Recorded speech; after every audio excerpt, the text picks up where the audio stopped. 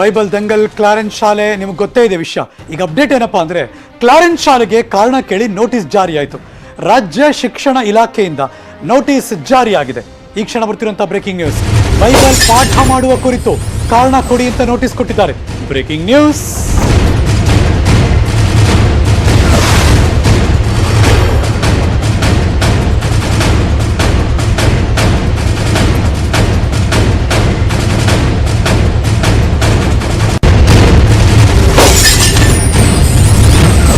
ಭಾಷಣ ಹೊಡಿತಾ ಇದ್ರು. ನೆಲದ ಕಾನೂನು, ನಾವೇನು ಉತ್ತರ ಕೊಡ್ಬೇಕು ಲಾಯರ್ ಮೂಲಕ ಕೊಡ್ತೀವಿ, ಬೇರೆ ಏನು ಮಾತಾಡಲ್ಲ ಅಂತ ಪ್ರಿನ್ಸಿಪಾಲ್ರು ಮಾತಾಡ್ತಿದ್ರು. ಈಗ ನೋಟಿಸ್ ಬಂತು ಉತ್ತರ ಕೊಡ್ಲಿ. ಕ್ಲಾರೆನ್ಸ್ ಶಾಲೆಗೆ ಕಾರಣ ಕೇಳಿ ನೋಟಿಸ್ ಕೊಡಲಾಗಿದೆ.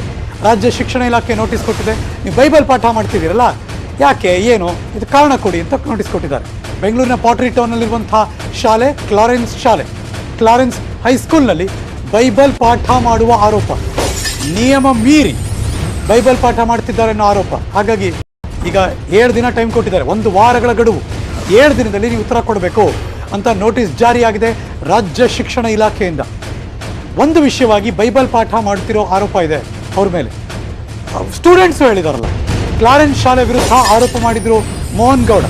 ಪ್ಲಸ್ ನ್ಯೂಸ್ 18 ಜೊತೆ ಅಲ್ಲಿ ಓದ್ತಿರುವಂಥ ವಿದ್ಯಾರ್ಥಿ ಕೂಡ ಹೇಳಿದ್ದ, ಹೌದು 9ನೇ ಕ್ಲಾಸಿಗೆ ನಮಗಿದೆ, ಪಾಠ ಮಾಡ್ತಾರೆ ನಮಗದನ್ನ ಅಂತ. ಕ್ಲಾರೆನ್ಸ್ ಶಾಲೆ ಬಗ್ಗೆ ನ್ಯೂಸ್ 18 ನಿರಂತರ ವರದಿಯನ್ನು ಪ್ರಸಾರ ಮಾಡಿದ್ವಿ. ಶಾಲೆಯಲ್ಲಿ ಬೈಬಲ್ ಪಾಠದ ಬಗ್ಗೆ ಸಾಕ್ಷ್ಯ ಕೂಡ ಇತ್ತು. ಶಾಲೆಯ ವಿದ್ಯಾರ್ಥಿ ನ್ಯೂಸ್ 18 ಜೊತೆ ಎಕ್ಸ್ಕ್ಲೂಸಿವ್ ಆಗಿ ಕೂಡ ಮಾತಾಡಿದ್ದ. ಹೌದು ಸರ್, ನಮ್ಗೆ ಹೇಳ್ಕೊಡ್ತಾರೆ, ಅದು ಪರೀಕ್ಷೆಗೂ ಇದೆ, ಇಷ್ಟು ಮಾರ್ಕ್ಸಿಗೆ ನಾವು ಬರೀಬೇಕು, ನಾವು ಅದನ್ನು 10th ಸ್ಟ್ಯಾಂಡರ್ಡ್ಗಿಲ್ಲ 9th ಸ್ಟ್ಯಾಂಡರ್ಡ್ಗಿದೆ, ಹಿಂಗೆಲ್ಲ ಮಾತಾಡಿದ್ದ ಹುಡುಗ. ಬೈಬಲ್ ಪಾಠ ಮಾಡೋದ್ರ ಬಗ್ಗೆ ಮಾತನಾಡಿದ್ದ ವಿದ್ಯಾರ್ಥಿ. ನ್ಯೂಸ್ 18 ವರದಿ ಬಳಿಕ ಶಿಕ್ಷಣ ಇಲಾಖೆ ಅವರು ಅಲರ್ಟ್ ಆದರು.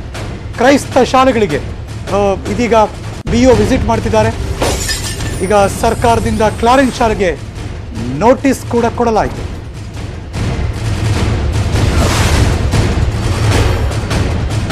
ನ್ಯೂಸ್ 18 ವರದಿ ನಾನ್ ಸ್ಟಾಪ್, ಅದು ಎಲ್ಲ ಡೆವಲಪ್ಮೆಂಟ್ಸ್ ಕೂಡ ನಾವು ತರ್ತಾ ಇದ್ವಿ. ಇದ್ರ ಬಗ್ಗೆ ಮಾನ್ಯ ಶಿಕ್ಷಣ ಸಚಿವರು BC ನಾಗೇಶ್ ಅವರು ಕೂಡ ರಿಯಾಕ್ಟ್ ಮಾಡಿದ್ರು ನಿನ್ನೆ. BC ನಾಗೇಶ್ ಅವರು ಏನು ಹೇಳಿದ್ರು ಬನ್ನಿ ನೋಡೋಣ. ಕ್ಲಾರೆನ್ಸ್ ಸ್ಕೂಲು, ಆ ಸ್ಕೂಲಿನ ವೆಬ್ಸೈಟ್ ಅಲ್ಲಿ ಏನು ಬೈಬಲಿನ ಬಗ್ಗೆ ನಿಲುವು ತಗೊಂಡಿದ್ದಾರೆ, ಅದು ಕರ್ನಾಟಕದ ಎಜುಕೇಷನ್ ಆಕ್ಟಿನ ವಿರುದ್ಧವಾಗಿದೆ. ಸ್ಪಷ್ಟವಾಗಿ ಎಜುಕೇಷನ್ ಆಕ್ಟ್ ಪ್ರಕಾರ ಯಾವುದೇ ಇನ್ಸ್ಟಿಟ್ಯೂಷನ್ನು ರಿಲಿಜಿಯಸ್ ಬುಕ್ಸ್ನ ತನ್ನ ಸಿಲೆಬಸ್ ಅಲ್ಲಾಗಲಿ ಕರಿಕ್ಯುಲಮ್ ಅಲ್ಲಾಗಲಿ ಜೋಡಿಸೋದಕ್ಕೆ ಬರಲ್ಲ. ಇಂದ ಆ ಶಾಲೆ ತಪ್ಪು ಮಾಡಿದೆ. ಶಿಕ್ಷಣ ಇಲಾಖೆ ಮೂಲಕ ಆ ಶಾಲೆಗೆ ಏನು ನೋಟಿಸ್ ಹೋಗಬೇಕು, ನಮ್ಮ BO ಮತ್ತು DDP ಅದನ್ನಾಗಲೇ ಫಾಲೋ ಅಪ್ ಮಾಡಿದ್ದಾರೆ. ಆ ನೋಟಿಸ್ ಕೊಟ್ಟು ಅವರಿಂದ ರಿಪ್ಲೈ ತಗೊಳ್ಳುವಂತ ಪ್ರಯತ್ನವನ್ನ ಮಾಡ್ತೀವಿ. ನೈತಿಕ ಇದ್ರ ಬಗ್ಗೆ ನನ್ನ ಸಹೋದ್ಯೋಗಿ ಆಶಿಕ್ ಮುಲ್ಕಿ ಮತ್ತಷ್ಟು ಮಾಹಿತಿ ಕೊಡೋದಕ್ಕೆ ಲೈವ್ ಜಾಯಿನ್ ಆಗ್ತಿದ್ದಾರೆ. Welcome back Ashiq Mulki, good afternoon. ಅವರು ಪ್ರಿನ್ಸಿಪಾಲ್ರು ನಿನ್ನೆ ಭಾಷಣ ಮಾಡ್ತಿದ್ದು ಕಾನ್ಫಿಡೆಂಟ್ ಆಗಿ ನೋಡ್ತಿದ್ದೆ ನಾನು. ನೆಲದ ಕಾನೂನು 100 ವರ್ಷದಿಂದ ನಮ್ಮ ಸಂಸ್ಥೆ ಇದೆ, ಸಮಾಜಮುಖಿ ಕೆಲಸ ಮಾಡ್ತೀವಿ ಅಂತ ಕ್ಲಿಯರ್ ಆಗಿ ಹೇಳ್ತಿದ್ದಾರೆ ಸಚಿವರು. ಅವರು ಕಾನೂನಿನ ಉಲ್ಲಂಘನೆ ಮಾಡಿದ್ದಾರೆ ಅಂತ. ಆಕ್ಷನ್ ಏನು, ಏನಾಗ್ತಿದೆ ಈಗ ಡೆವಲಪ್ಮೆಂಟ್?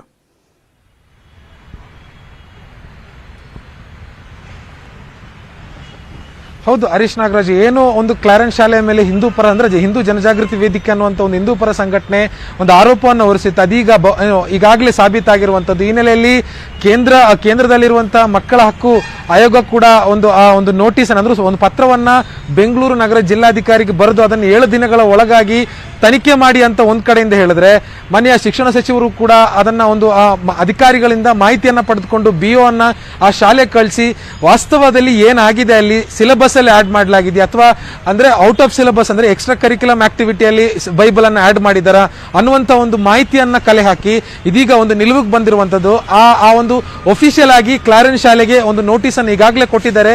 ಆ ನೋಟಿಸ್ಗೆ ಕ್ಲಾರೆನ್ಸ್ ಶಾಲೆ ಯಾವ ರೀತಿಯಾದಂತಹ ಉತ್ತರ ಉತ್ತರ ಕೊಡ್ತಾರೆ. ಅದಾದ ಬಳಿಕ ಏನು ಒಂದು ಕ್ರಮವನ್ನು ತೆಗೆದುಕೊಳ್ಳೋದಕ್ಕೆ ಶಿಕ್ಷಣ ಇಲಾಖೆ ಮುಂದಾಗಿರುವಂಥದ್ದು.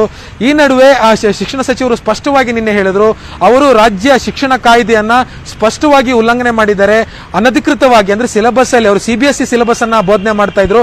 ಆ ಸಿಲೆಬಸ್ ಅಲ್ಲೂ ಕೂಡ ಇಲ್ಲದೆ ಇರುವಂತಹ ಒಂದು ಬೈಬಲ್ ಅನ್ನ ಅಥವಾ ಯಾವುದೇ ಧಾರ್ಮಿಕ ಗ್ರಂಥಗಳನ್ನ ಶಾಲೆಯ ಮಕ್ಕಳಿಗೆ ಅಕ್ರಮವಾಗಿ ಅಂದ್ರೆ ಅನಧಿಕೃತವಾಗಿ ಅನ್ಅಫಿಷಿಯಲ್ ಆಗಿ ಪಾಠ ಮಾಡೋದು ಈಗಾಗಲೇ ಸಾಬೀತಾಗಿರುವಂತದ್ದು. ಹೀಗಾಗಿ ಯಾವ ರೀತಿಯಾದಂತಹ ಕ್ರಮವನ್ನ ತೆಗೆದುಕೊಳ್ಳಬೇಕು ಆ ರೀತಿಯಾದಂತಹ ಕ್ರಮಗಳನ್ನ ತೆಗೆದುಕೊಳ್ತೀವಿ ಅನ್ನುವಂತ ಒಂದು ಭರವಸೆಯನ್ನು ಕೂಡ ಕೊಟ್ಟಿರುವಂತದ್ದು. ಇದೇ ಸಂದರ್ಭದಲ್ಲಿ ರಾಜ್ಯದ ಬೇರೆ ಯಾವ ಯಾವ ಕ್ರೈಸ್ತ ಶಿಕ್ಷಣ ಏನು ಮಿಷನರಿಗೆ ಒಳಪಡುವಂತಹ ಶಿಕ್ಷಣ ಸಂಸ್ಥೆಗಳಿದಾವೋ ಅಲ್ಲೆಲ್ಲೂ ಕೂಡ ಇದೇ ರೀತಿಯಾದಂತಹ ಆರೋಪಗಳು ಈಗ ಒಟ್ಟಾರೆಯಾಗಿ ಹಿಂದೂ ಪರ ಸಂಘಟನೆಗಳು ಮಾಡ್ತಾ ಇರುವಂತದ್ದು. ಈ ಹಿನ್ನೆಲೆಯಲ್ಲಿ ಆಯಾ ಜಿಲ್ಲೆಯ ಆಯಾ BO ಗಳಿಗೆ ಒಂದು ಸೂಚನೆಯನ್ನು ಕೊಟ್ಟು ಕ್ರೈಸ್ತ ಮಿಷನರಿ ಶಾಲೆಗಳಿಗೆ ಭೇಟಿಯನ್ನು ಕೊಟ್ಟು ಅಲ್ಲಿ ಯಾವ ರೀತಿಯಾದಂತಹ ಕರಿಕುಲಮ್ ಅನ್ನ ಅವರು ಅಳವಡಿಸಿದ್ದಾರೆ, ಅಲ್ಲೂ ಕೂಡ ಧಾರ್ಮಿಕವಾಗಿರುವಂತಹ ಯಾವುದಾದ್ರೂ ಆಸ್ಪೆಕ್ಟ್ಗಳು ಅಂದ್ರೆ ವಿಚಾರಗಳು ಅವರು ಮಕ್ಕಳಿಗೆ ಒತ್ತಾಯಪೂರ್ವಕವಾಗಿ ಬೋಧನೆಯನ್ನ ಮಾಡ್ತಿದ್ದಾರೆ ಅನ್ನುವಂತ ಒಂದಿಷ್ಟು ಮಾಹಿತಿಯನ್ನ ಕಲೆ ಹಾಕೋದಕ್ಕೂ ಕೂಡ ಸೂಚನೆಯನ್ನ ಕೊಟ್ಟಿದ್ದಾರೆ. ಈಗಾಗಲೇ ಏನು ಎಕ್ಸಾಮ್ಗಳು ನಡೀತಾ ಇರುವಂತಹ ಹಿನ್ನೆಲೆಯಲ್ಲಿ ಅದು ಮುಂದಿನ ಏನು ಪ್ರಸಕ್ತ ಏನು ಶೈಕ್ಷಣಿಕ ವರ್ಷದಿಂದ ಅದ್ರ ಬಗ್ಗೆ ಒಂದು ಸವಿಸ್ತಾರವಾಗಿ ಮಾಹಿತಿಯನ್ನ ಕಲೆ ಹಾಕಿ ಎಲ್ಲೆಲ್ಲಿ ಇದೇ ರೀತಿ ಬೈಬಲ್ ಅನ್ನ ಅನಧಿಕೃತವಾಗಿ ಶಾಲಾ ಪಠ್ಯ ಏನು ಕ್ರಮ ಜೊತೆ ಸೇರಿಸಿದಾರೋ ಅದೆಲ್ಲದೂ ಕೂಡ ಕ್ರಮ ತೆಗೆದುಕೊಳ್ಳೋದಕ್ಕೆ ಶಿಕ್ಷಣ ಇಲಾಖೆ ಮುಂದಾಗ್ತಾ ಇರುವಂತದ್ದು. ಪ್ರಮುಖವಾಗಿ ಈ ಕಾಣಿಸ್ತಿದೆ ಅಶೇಕ್, ಆದ್ರೆ ಅದನ್ನ ಡಿಫೆಂಡ್ ಮಾಡ್ಕೋತಾರೆ, ಪ್ಲಸ್ ಲಾಯರ್ ಮೂಲಕ ಮಾತಾಡ್ತೀವಿ ಅಂತಾರೆ. ಏನ್ ಲಾಜಿಕ್ ಇದು? ಯಾಕೆ ಅಂದ್ರೆ ಈ 7 ದಿನದ ಗಡುವು ಕಷ್ಟನೇ ಹಂಗೆ ನೋಡಕ್ ಹೋದ್ರೆ ತುಂಬಾ ಲಾಂಗ್ ಗ್ಯಾಪೇ ಕೊಟ್ಟಿರೋದು ಅವ್ರಿಗೆ ಎಕ್ಸ್ಪ್ಲನೇಷನ್ ಕೊಡೋದಕ್ಕೆ. ಬಟ್ ಇದಕ್ಕೆ ಶಿಕ್ಷೆ ಏನೋ ಮತ್ತೆ ಏನಾಗುತ್ತೆ ಮುಂದೆ?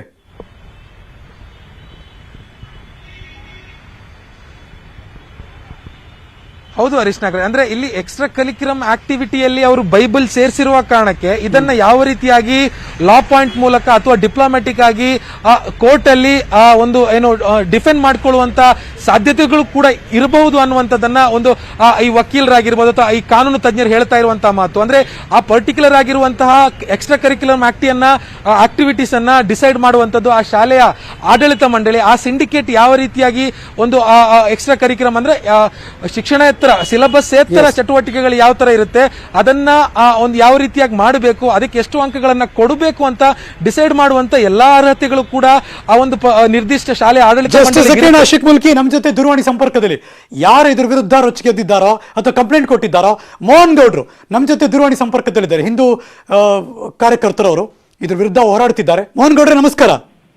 ಸರ್ ನಮಸ್ಕಾರ. ನಮಸ್ಕಾರ. ಕಣ್ಣು ಕಾಣಿಸ್ತಿದೆ, ಅದನ್ನ ಮಾನ್ಯ ಸಚಿವರೇ ಹೇಳಿದ್ದಾರೆ ಇದು ಕಾನೂನು ಉಲ್ಲಂಘನೆ ಆಗಿದೆ ಅಂತ. ಈಗ 7 ದಿನದ ನೋಟಿಸ್ ಕೊಟ್ಟಿದ್ದಾರೆ. 1983 ಇಂದ ಸ್ಪಷ್ಟ ಉಲ್ಲಂಘನೆ ಇದೆ. ದೇವರಾಜ್ ಅರಸು ಅವರು ಚೀಫ್ ಮಿನಿಸ್ಟರ್ ಇದ್ದಾಗ ಈ ಕರ್ನಾಟಕ ಎಜುಕೇಶನ್ ಆಕ್ಟ್ ಅನ್ನ 1983 ಜಾರಿಗೆ ತಂದಿದ್ರು. ಸ್ಪಷ್ಟವಾಗಿ ಉಲ್ಲೇಖ ಇದೆ. ಯಾವುದೇ ರೀತಿಯಲ್ಲಿ ಈಗ ನನ್ನ ಪ್ರಶ್ನೆ ಏನ್ ಗೊತ್ತಾ, ಯಾವ ಧೈರ್ಯದ ಮೇಲೆ ನಾವು ಲಾ ನೆಲದ ಕಾನೂನಿನ ಅಡಿಯಲ್ಲಿ ಕೆಲಸ ಮಾಡ್ತೀವಿ, ಏನು ತಪ್ಪು ಮಾಡಿಲ್ಲ, 100 ವರ್ಷದ ಸಂಸ್ಥೆ ನಮ್ದು ಅಂತ ಹೆಂಗ್ ಕಾನ್ಫಿಡೆಂಟ್ ಆಗಿ ಹೇಳ್ತಾರ ಅವರು?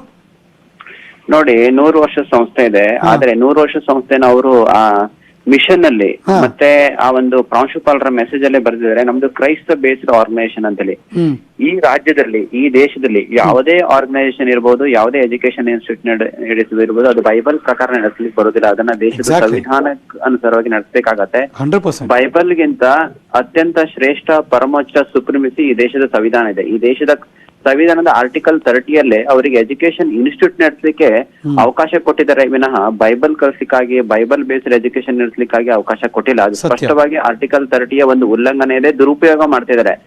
ನಾನು ಕೇಂದ್ರ ಸರ್ಕಾರಕ್ಕೆ ಹೇಳ್ತಾ ಇದ್ದೇವೆ, ಈಗ ಆರ್ಟಿಕಲ್ 30 ದುರುಪಯೋಗ ಮಾಡಿಕೊಂಡು ಮತ ಪ್ರಚಾರ ಮಾಡುವಂತದ್ದು, ರಿಲಿಜಿಯಸ್ ಬ್ರೇನ್ ವಾಶ್ ಮಾಡುವಂತದ್ದು, ಈ ರೀತಿ ಮಾಡ್ತಾ ಇರೋದು ಅತ್ಯಂತ ಗಂಭೀರ ಇದೆ. ಕೂಡಲೇ ಆರ್ಟಿಕಲ್ 30 ಚೇಂಜಸ್ ಮಾಡ್ಬೇಕು ಈ ರೀತಿಯಲ್ಲಿ.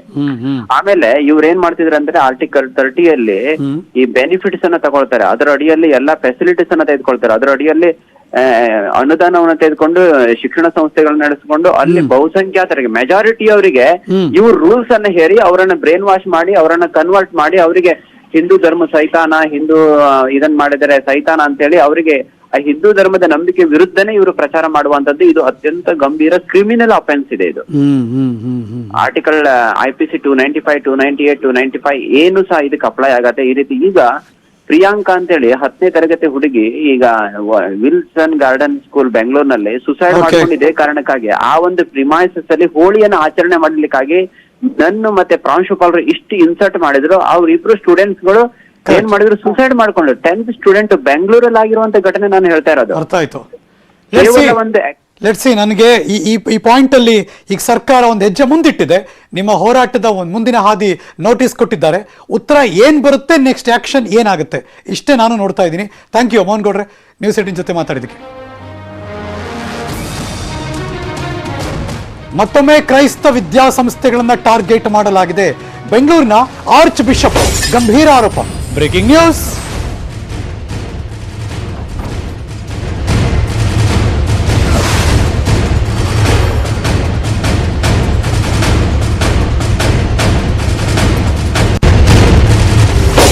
ತಪ್ಪೇ ಮಾಡ್ತಿದ್ದಾರೆ ಅಂದಾಗ ಟಾರ್ಗೆಟ್ ಆಗಲ್ಲ, ಬಟ್ ಗೊತ್ತಿಲ್ಲ. ಲೆಟ್ಸ್ ಸಿ, ಇವ್ರ ಆರೋಪ ಇದು. ಒತ್ತಾಯಪೂರ್ವಕವಾಗಿ ಬೈಬಲ್ ಪಾಠದ ಬಗ್ಗೆ ಪ್ರತಿಕ್ರಿಯೆ ಕೊಟ್ಟರು ಆರ್ಚ್ ಬಿಷಪ್ ಪೀಟರ್ ಮಚಾಡೋ. ಗಂಭೀರ ಆರೋಪ. ಬೈಬಲ್ ಓದಲು ಯಾರು ಒತ್ತಾಯ ಮಾಡ್ತಿಲ್ಲ, ವಿದ್ಯಾಸಂಸ್ಥೆಗಳಲ್ಲಿ ಮತಾಂತರ ನಡೀತಿಲ್ಲ. ಇದನ್ನು ಹಾಕ್ಬಾರ್ದಾಗಿತ್ತು. ಕ್ರೈಸ್ತ ವಿದ್ಯಾಸಂಸ್ಥೆಗಳ ಅಪಖ್ಯಾತಿಗೆ ಯತ್ನ ಅಂತ ಪೀಟರ್ ಮಚಾಡೋ, ಹಿಡನ್ ಅಜೆಂಡಾ ಅಂತ ಪೀಟರ್ ಮಚಾಡೋ ಆರೋಪ ಮಾಡಿದ್ದಾರೆ. ಕ್ಲಾರೆನ್ಸ್ ಶಾಲೆ ವಿರುದ್ಧದ ಆರೋಪ ಸಂಬಂಧ ಈ ಪ್ರತಿಕ್ರಿಯೆ ಕೊಟ್ಟಿದ್ದಾರೆ. Moral, physical and social development of every child based on Christian values starting with 17. Okay, ಹಿಂಗೆ ಅವ್ರು ಪೂರ್ತಿ ಹಾಕಿರೋದು ಅಲ್ಲೇ ಕಾಣಿಸ್ತಿದೆ. ಇವರು ಪ್ರೆಸ್ ನೋಟ್ ರಿಲೀಸ್ ಮಾಡಿದ್ರು.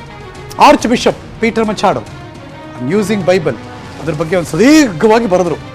ಆ ಬರೆಯುವ ಜಿಸ್ಟ್ ಏನಪ್ಪ ಅಂದರೆ, ಬೈಬಲ್ ಓದಕ್ಕೆ ನಾವು ಒತ್ತಡ ಮಾಡ್ತಿಲ್ಲ, ನಮ್ಮನ್ನು ಟಾರ್ಗೆಟ್ ಮಾಡ್ತಿದ್ದಾರೆ, ಒತ್ತಾಯಪೂರ್ವಕ ಎಲ್ಲೂ ಯಾರಿಗೂ ಕೂಡ ಪಾಠದ ಬಗ್ಗೆ ಮಾಡ್ತಿಲ್ಲ ನಾವು ಅಂತ ಪೀಟರ್ ಮಚಾಡೋ ಗಂಭೀರ ಆರೋಪ ಪ್ರೆಸ್ ನೋಟ್ ಮೂಲಕ. ಬೈಬಲ್ ಓದಲು ಒತ್ತಡ ಮಾಡ್ತಿಲ್ಲ, ವಿದ್ಯಾಸಂಸ್ಥೆಗಳ ಮತಾಂತರ ನಡೀತಿಲ್ಲ ಅಂತ ಅವರು. ಅಲ್ಲಿ ನೋಡಿದ್ರೆ ಮಾನ್ಯ ಸಚಿವರು ಹೇಳಿದ್ರು ಇದು ಕಾನೂನಿನ ಉಲ್ಲಂಘನೆ ಕ್ಲಿಯರ್ ಆಗಿ ಅಂತ ಅವ್ರು ಹೇಳಿದ್ರು. ನ್ಯೂಸ್ ಮುಂದುವರಿತ ಒಂದು ಬ್ರೇಕ್ ಆದಮೇಲೆ ಎಲ್ಲೂ ಹೋಗದೆ ಕಾಯ್ತಾರೆ.